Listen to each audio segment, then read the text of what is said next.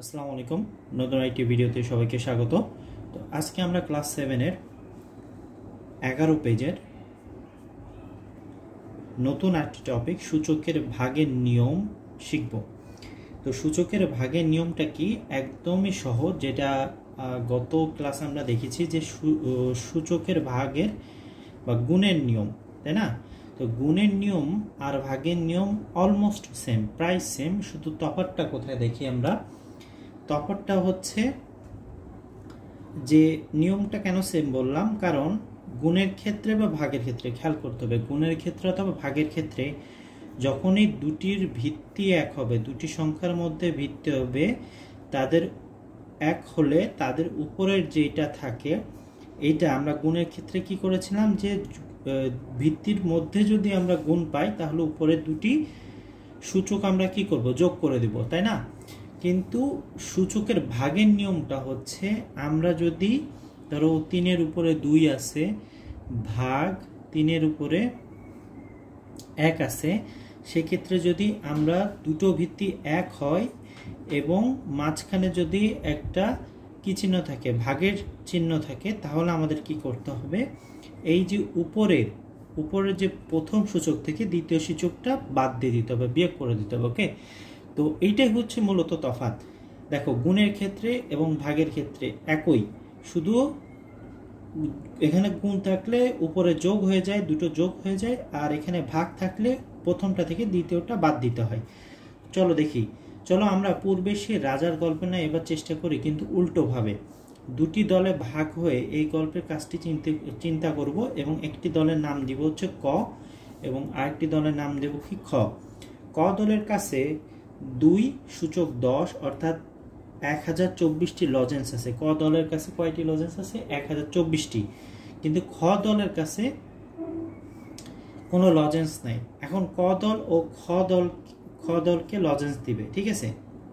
তার মানে আমরা দেখলাম কি যে ক দলের হচ্ছে লজেন্স আছে 1024টি বা 2-এর 10, তারা কি করবে, খ দলকে লজেন্স নেয়, যেহেতু খ দলের কাছে, তারা খ দলকে লজেন্স দিবে। কিন্তু সেখানে একটা নিয়ম আছে, এই নিয়মটা দেখে আমরা কি, ঠিক আছে, নিয়মটা ফোকাস করতে হবে। নিয়ম হলো ক দল খ দলকে প্রতিদিন আগের দিনের অর্ধেক সংখ্যক লজেন্স দিবে। ক দল কোনো একদিনে যে পরিমাণে লজেন্স দিবে, পরের দিন সেটিকে 2 দ্বারা ভাগ করে যে ভাগফল পাওয়া যাবে সেই সংখ্যক লজেন্স দিবে। নিয়মটা খেয়াল করছো? নিয়মটা দেখো, এখানে ইন্টারেস্টিং বিষয়টা হচ্ছে এখানে যে ক স্বাভাবিক, ক হচ্ছে একটি দল, খ একটি দল, ক দলের কাছে অনেক লজেন্স আছে, সেটাকে আমরা 2-এর সূচক 10 বলে প্রকাশ করতে পারি বা 1024টি। কিন্তু খ দলের কাছে কোনো লজেন্স নাই, যার কারণে ক দল খ দলকে লজেন্স দিবে।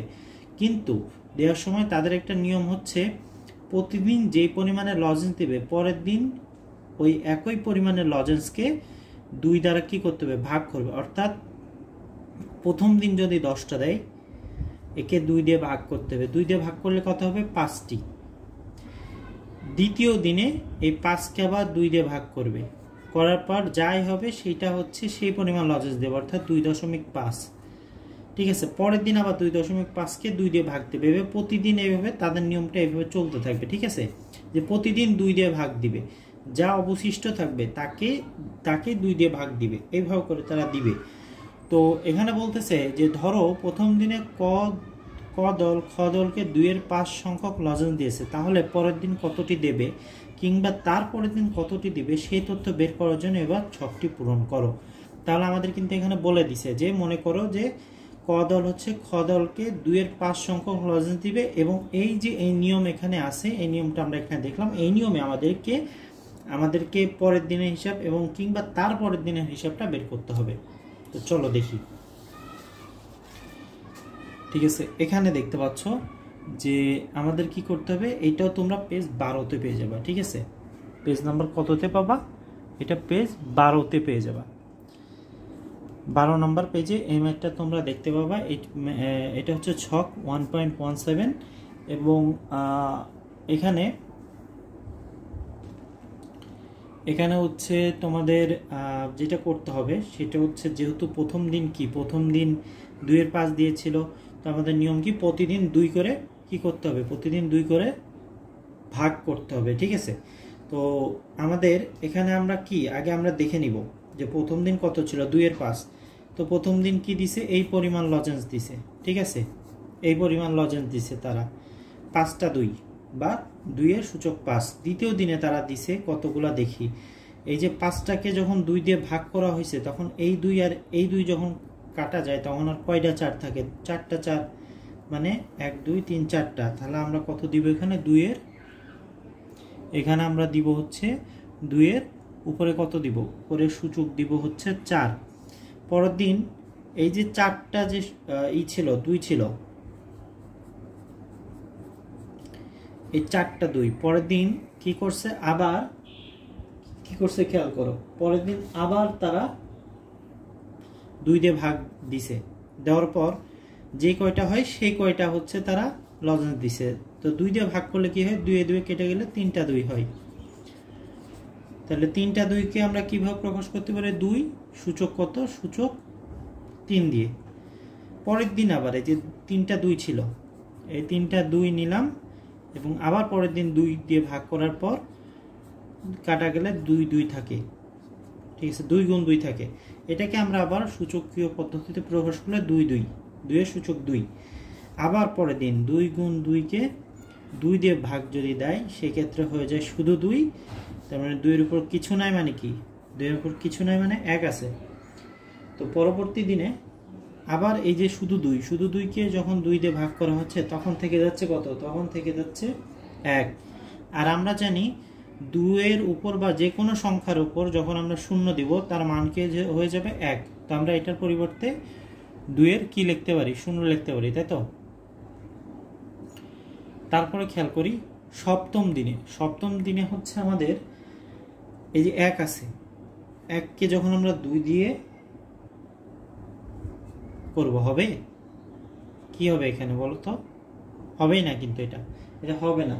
তো সপ্তম দিনে কি হয়ে যাবে, ক্রস হবে, তার মানে আর তার কোনো লজেন্সই নেই।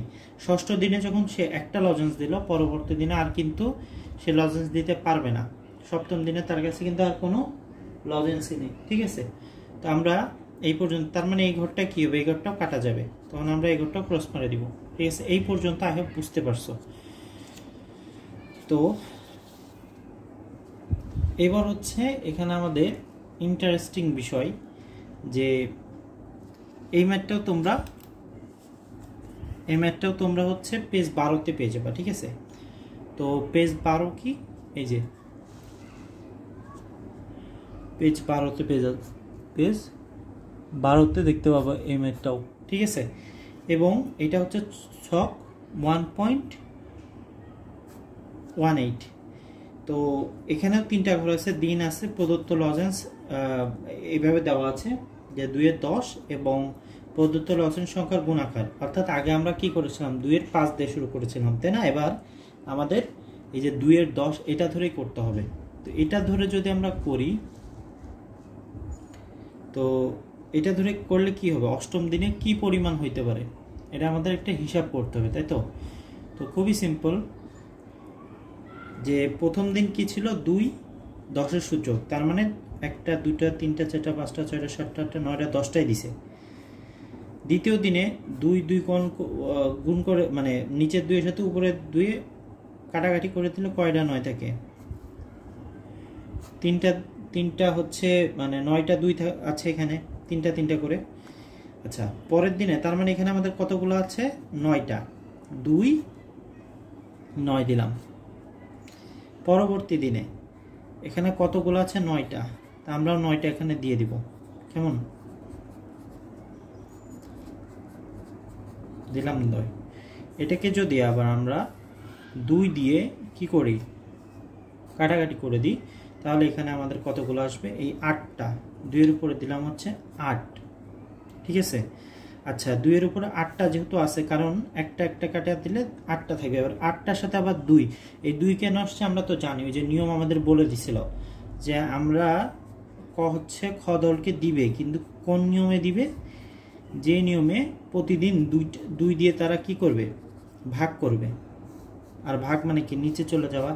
এখন এখানে কতগুলো আছে, 8টা, 2 দিয়ে কাটা হয়ে গেলে আর কতগুলো থাকে 7টা, এই যে 3টা 6টার একটা 7টা আছে, তার মানে আমরা 2 এর 7 লিখতে পারি, 7টা আছে।